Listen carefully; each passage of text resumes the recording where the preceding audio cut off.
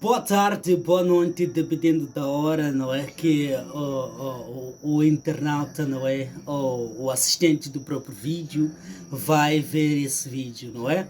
Então, nós estamos aqui, mais uma vez, para abordar assuntos que estão relacionados com a história de Moçambique, não é? Falando concretamente da formação do Império de Mutapa, não é?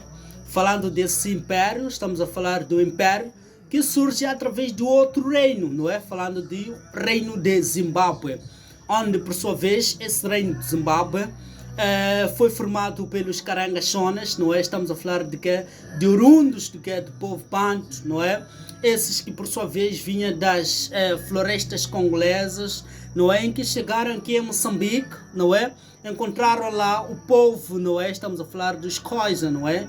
Em que, por sua vez, eles fizeram algumas transformações relacionadas com a prática da agricultura, da metalurgia do ferro e de outras atividades que eles já vinham produzindo nas florestas congolesas, não é? Então, falando desse reino Zimbábue, não é? Estamos a falar de um reino que teve as suas formações por lá, cerca de 1250 a 1450. Então, houve algumas decadências através de lutas entre os seus reinos no seio do próprio reino. Não é? Estamos a falar das lutas entre clã Rose e clã Torwa. Não é? Estamos a falar também da seca do Rio Save, que facilitava a navegação para o comércio, não é? Entre aquele povo, não é? De Karangashona e os árabes, não é? Então, com essas lutas de clã Rose com a seca do Rio Save dificultou e houve aí a decadência do Grande Zimbábue.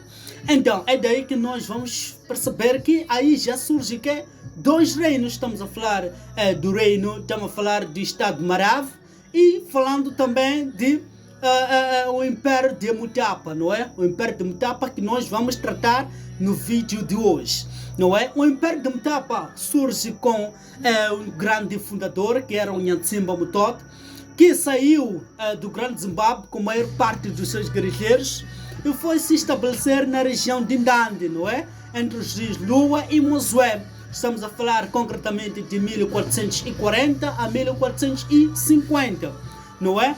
Então, nesse período de formação, nós vamos encontrar que houve lá alguns limites, não é? Estamos a falar que ao oeste nós vamos encontrar o deserto de Kalahari.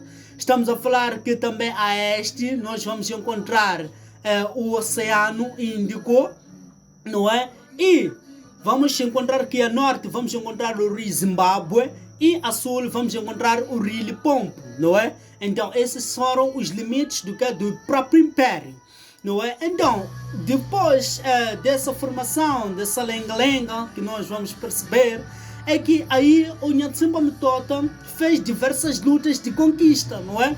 De conquistar outros reinos, neste caso, porque naquela época o rei era mais fortificado por conquistar outros reinos. Esses reinos que foram conquistados, eles acabavam chamando de estados satélites ou estados vassalos, não é?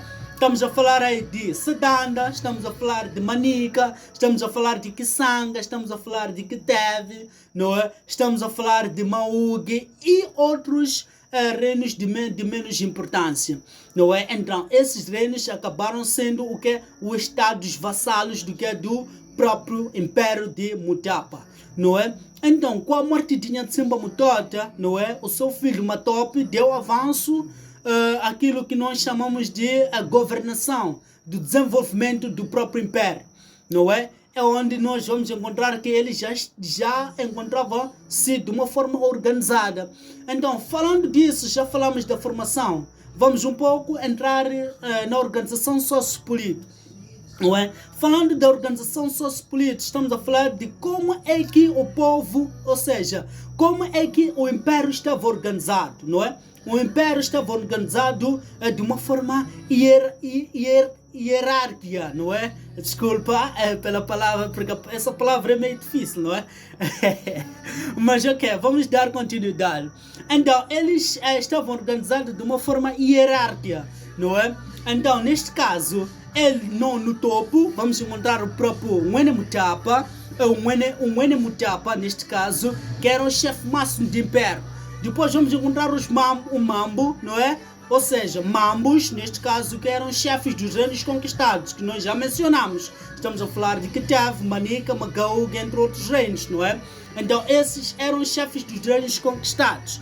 E depois vamos encontrar os Fumos, não é? Que eram os chefes das províncias, não é? E de seguida vamos encontrar o que é os Muenemuxas, não é? Os Muenemuxas que eram os chefes das aldeias, neste caso.